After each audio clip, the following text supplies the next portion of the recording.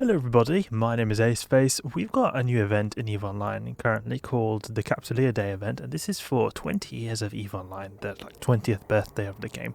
So it's been a long time since we had some sort of seasonal event like this. We had those factional warfare ones, but to be honest, I'm not a big fan of those. But this feels like more like a proper seasonal event, or hopefully it will be. I've not done them yet, so we'll check this out. This is the first time we're doing these sites here, but how it works is that you've got different sites around the space. You can find them in high sec. You also got exploration sites, as far as I can tell, data sites. We're going to attempt to do these combat sites, and you can actually side with a certain faction. So if we look here in the, I think it's the agency, no, it's the encounters and the Capsuleer Day. Okay, so when you're going to open up this event for the first time, you'll see here, it will not look like this. It will look a bit different. You have to choose a side. You can either choose the side of the Guri Malikim here, these kind of pirates, or you can choose the side of the SOCT, the Society of Conscious Thought. Now, I'm not sure if the rewards depend on the side you choose.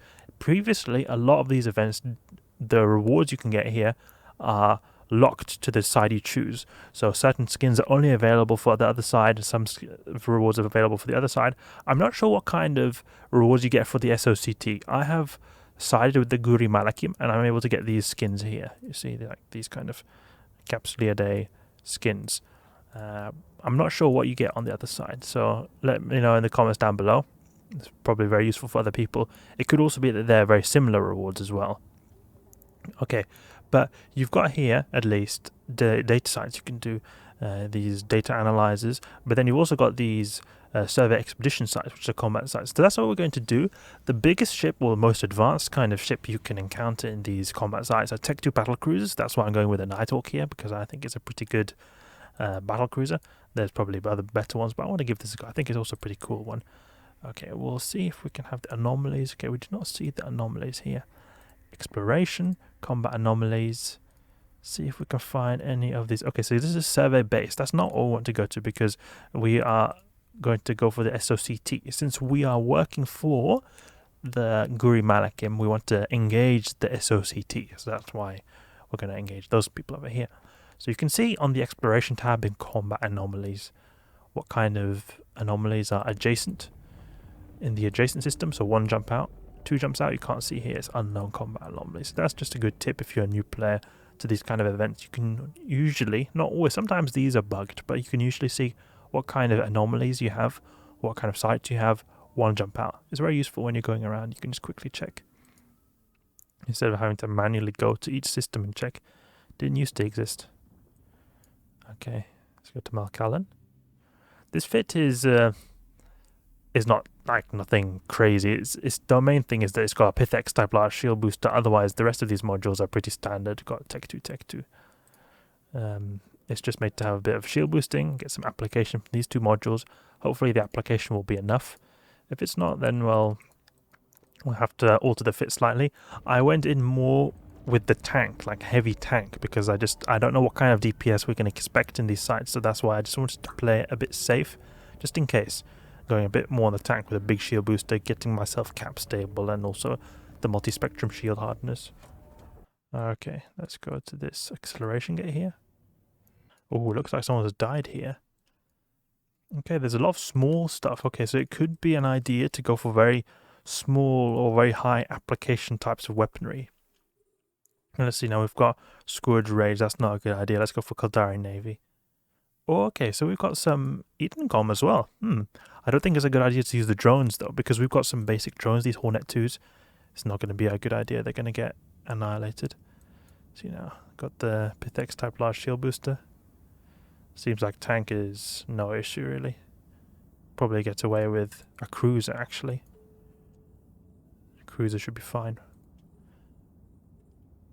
But no battleships seem to be allowed in here. Okay, let's check if there's any resist profile that is good to use here. It seems like it's Omni, and that makes a lot of sense, just due to the way that Society of Conscious Thought, they're sort of a corporation that is associated with the Jove, and the Jove are like these kind of other race or species that exist. And generally speaking, you could say that the Jove ships are like the Gnosis, the Praxis, these kind of ships. but they're all like sort of released through the Society of Conscious Thought, as far as I understand. The Stasis as well. And all these ships have in common that they have omni resists, so the same resists across the board. And the same thing goes for the Concord. They also have the same resistance across the board. So that's why I think it's actually very good that we're going with the Nighthawk, because the Nighthawk has a very good inherent DPS. With its heavy assault missiles, it can almost achieve 1k DPS when you put the Rage heavy assault missiles. It's very good type of application modules I've chosen for this, because they're orbiting a very close range. It's perfect. Just within 10 kilometers is really great for our Webifier here. I think I in fact could have had 2 Webifiers. That would have maybe been even better, because usually when it comes to application and missiles, you usually have more benefit out of the webs. The main downside to having a web is that a web has only 10 kilometer range, while in the flip side you've got a target painter here that has a optimal 47 kilometers and a range within 146 kilometers. So it's more like, do you want more application or do you want more range? That's the sort of deciding factor that I think of when I'm deciding what kind of application module to use with my missiles. You can also go with the missile guidance computer, and they are good because they are able to sort of not stack with other players, because if you use a lot of target painters on a ship, then if there's a lot of people using target painters on the same ship, it's going to be a diminishing returns. That's not the case when it comes to the missile guidance computers, and the missile guidance computers can also provide some extra range. Okay, we can claim these rewards here. This is quite important, because if you don't claim these here, you won't get anything. It used to be that you were able to automatically claim these, but you can't anymore. See here, we've got like all these kind of omni-tank ships, the Gnosis and that kind of stuff. Okay. Metamorphosis. This is a new ship as far as I understand. We've got a new ship, and that's an exploration ship, and I wonder if it's very expensive. I think that we'll be getting it from these daily rewards. Be sure to check in the daily rewards, because we will be getting this from the daily rewards. This looks a lot like the Stasis, or reminds me a lot of it. Look at these cool bonuses it gets. You've got Relic Data Analyzer Strength, Core Probe Scanner Strength, Missile Damage, and it's got Cove Ops Cloaking capable. Is this a mega ship? No, it's not even required to use a mega. Okay, so if we look in the daily rewards, we can see that we get a lot of stuff. So we're on day 1 here, and we can actually get a lot of rewards if we just keep going here. Get a lot of skill points. If we keep going, you can see here 250k in the end. And you also get one of these metamorphoses here. And it's only if you're in a mega. But I think Alpha clones will still be able to fly this, just that they will not be able to get them from the rewards, because you've got Alpha clone rewards here, Mega rewards below. It's quite fitting, this background here, because right now where I live it's quite sunny outside, so it feels quite bright in the sky. Same way it's bright in the sky here in EVE Online. Looks a bit snowy at the same time as well. Misty maybe. This guy seems to be, this Gnosis has got quite a bit of a tank. He's taking quite a bit of time to destroy. It's probably because we're going with the Caldari Navy. If we were going with the Rage, it would be a different story. I don't want to use my drones just because of us having the Edencom people here. They are going to wreak havoc to our drones. Yeah, a decent tank, these guys, these Stormbringers. We can't use our web. What is our volley here? That's unfortunate, he's slightly out of web range, so it could be good to have a Federation Navy Stasis Webifier if you want to get the most out of your webs. It's not too bad of a fit, but there's a lot of small stuff, so it could be an idea to go with high application stuff. I think a Vagabond could be a good idea, because those autocannons are going to hit out far, and they're also going to have very good application. Oh, look at that, we've got a big battleship here. SOCT Master. Let's go for that guy first. We can also use the drones here, because there's no Edencom on the grid. What is our range of our heavy assault? 70 kilometers, all that range is tiny. But at least we're going to be able to hit that battleship, that's the most important thing. Oh no, my drones are taking a bit of damage. Look, they're going yellow boxed. Need to recall them. But look at this DPS. 890 DPS, and with the drones it's almost 1k. And we could have more DPS if we were to have more modules. We've got 3 damage modules. We could have a rig that could increase the damage. Could be an idea. But the tank really is very strong on this ship. I think that we definitely could go with less tank. Maybe 2 webs. Remove the multispectrum. Maybe put another cat battery that could aid in, and then you could have like something like this. And then put maybe... Oh, okay.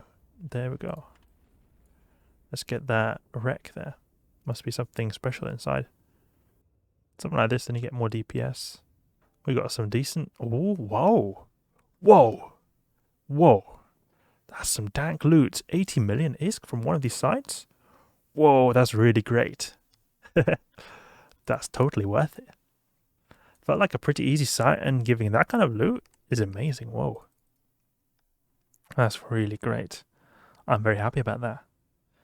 Oh, 80 million ISK. That can't be a normal drop. That must be a slightly rare drop. Because I know that a lot of these events tend to have obviously personal effects dropping in varying levels. The high level usually is better. The 23rd one I believe is the best. But that 80 million, whoa, that is good. And this is raw ISK. This is not like something that's going to change or fluctuate in price. This is a fixed price because the NPCs buy these from you. That's great. So SOCT, what are they called? The SOCT Survey Expedition. Very smooth in the Nighthawk and also very profitable. Glad we tried that out. We're going to have to do more of these, see what kind of loot we can get from that. Until then, hope you guys enjoyed the video. If you did, please leave a like and subscribe. I'll catch you guys later.